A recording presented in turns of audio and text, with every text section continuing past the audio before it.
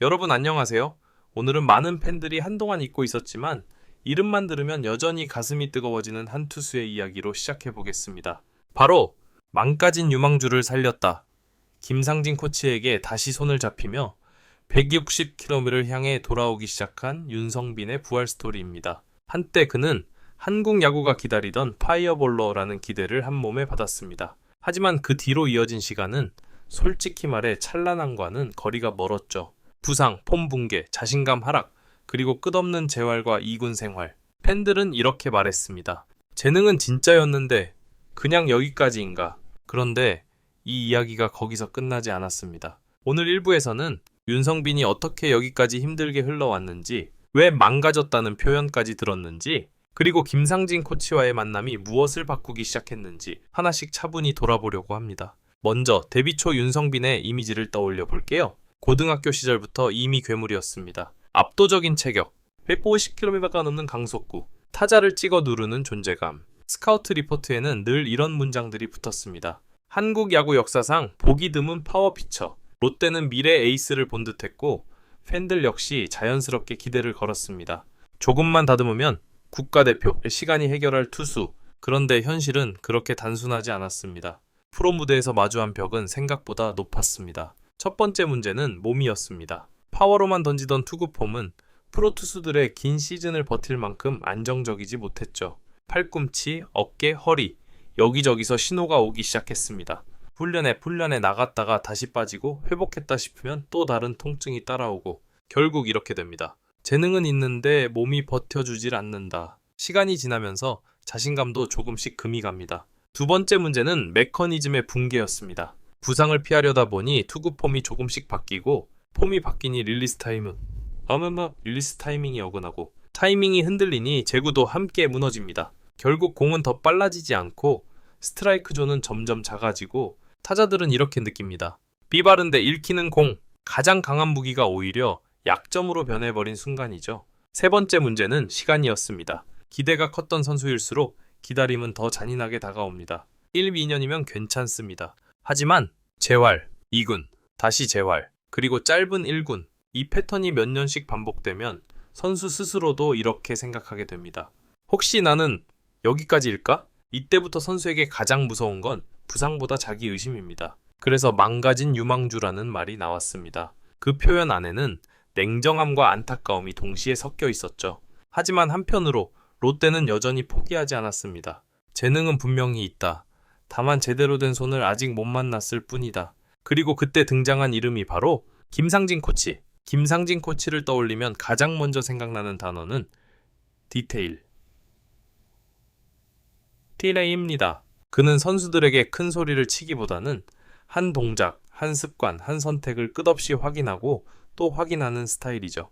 그가 윤성빈을 처음 본 날 이렇게 말했다고 합니다. 공은 여전히 좋은데 던지는 방법이 문제다. 그 말 속에는 희망과 과제가 함께 담겨 있었습니다. 김상진 코치는 윤성빈의 과거 기록을 보는 대신 현재의 몸 그리고 투구 동작만을 처음부터 다시 보기 시작했습니다. 힘이 실리는 구간, 상체와 하체가 따로 노는 순간, 팔이 늦게 나오는 타이밍, 그리고 조용히 한마디. 이건 재능이 사라진 게 아니다. 구조가 꼬여 있었던 거다. 그날 이후 훈련 방식이 완전히 달라집니다. 예전에는 더 세게, 더 빠르게였다면 이제는 정반대. 대얼 힘써라.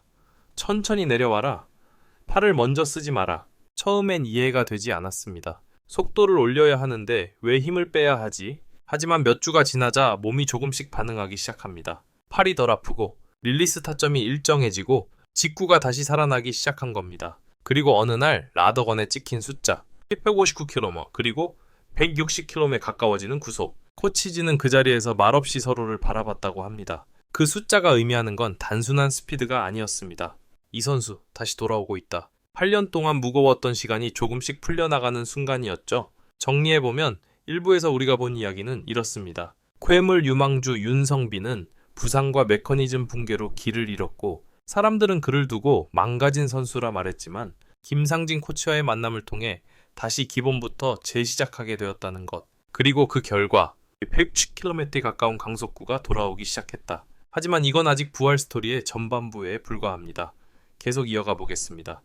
1부에서는 윤성빈이 왜 길을 잃었는지 그리고 김상진 코치를 만나 다시 기본부터 재출발하게 된 과정을 살펴봤죠. 이제 2부에서는 그 이후에 벌어진 변화들을 조금 더 깊게 이야기해 보겠습니다. 우선 많은 팬들이 궁금해하는 부분부터 시작해 보죠.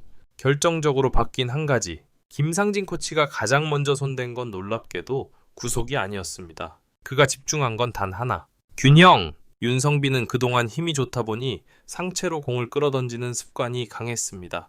그 결과 릴리프 타점이 들쭉날쭉해지고 뻔뻔하자보자고 공이 떠오르거나 한가운데 몰리는 장면이 자주 나왔죠. 김상진 코치는 하체 중심의 투구를 다시 만들어주기 위해 체중 이동 드릴, 짧은 캐치볼 반복, 슬로모션 투구 훈련 이 세 가지를 집요하게 반복시켰습니다. 어떤 날은 같은 동작만 2-3시간 가까이 반복했다는 이야기도 있을 정도입니다. 처음엔 지루하고 답답했습니다. 윤성빈 본인도 이렇게 말했다고 하죠.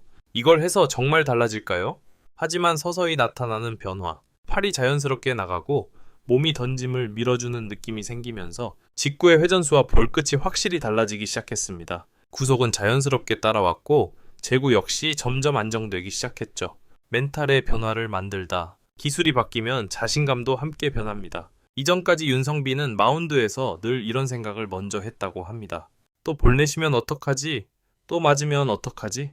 두려움이 앞서면 몸은 더 경직되고 공은 더 나빠집니다. 하지만 김상진 코치는 이 부분까지 직접 챙겼습니다. 공기 좋아졌으니 이제는 어디에 던질지만 생각해라. 볼넷 걱정이 아니라 타자를 상대하는 그림을 머릿속에 그리게 만든 거죠. 그 순간부터 윤성빈의 표정이 달라졌다는 이야기가 나옵니다. 팀이 진짜 놀란 순간 연습 경기를 치르던 어느 날이었습니다. 상대 타자가 방망이를 휘두르자마자 포수 미트에서 묵직한 소리가 터집니다. 라더건 숫자 166km 근접. 그 순간 벤치에서 숨죽인 감탄이 이어졌다고 합니다. 저게 우리가 처음 봤던 그 공이다. 8년 동안 보고 싶어도 볼 수 없었던 그 구속, 그 구위. 코치진 일부는 말없이 헬멧을 벗어들었고 누군가는 눈시울이 붉어졌다고 하죠. 그건 단순히 강속구가 돌아와서가 아니라 포기하지 않았던 시간이 결국 연결되었다는 증거였기 때문입니다. 이제는 진짜 경쟁이다. 물론 여기서 이야기가 끝나는 건 아닙니다. 이제부터 윤성빈은 진짜 경쟁 속으로 들어가야 합니다. 1군 로테이션에서 살아남기, 불펜 선발 역할 조정, 타자들이 분석을 시작했을 때 또 한 번 적응하기. 하지만 과거와 다른 점이 있습니다. 이전에는 언제 터질지 모르는 미완성 유망주였다면 지금은 정확한 방향을 갖고 성장 중인 투수라는 점이죠. 마지막으로 김상진 코치가 남긴 말 한마디로 이 이야기를 정리해 보겠습니다. 재능은 사라지지 않는다. 다만 길을 잃을 뿐이다.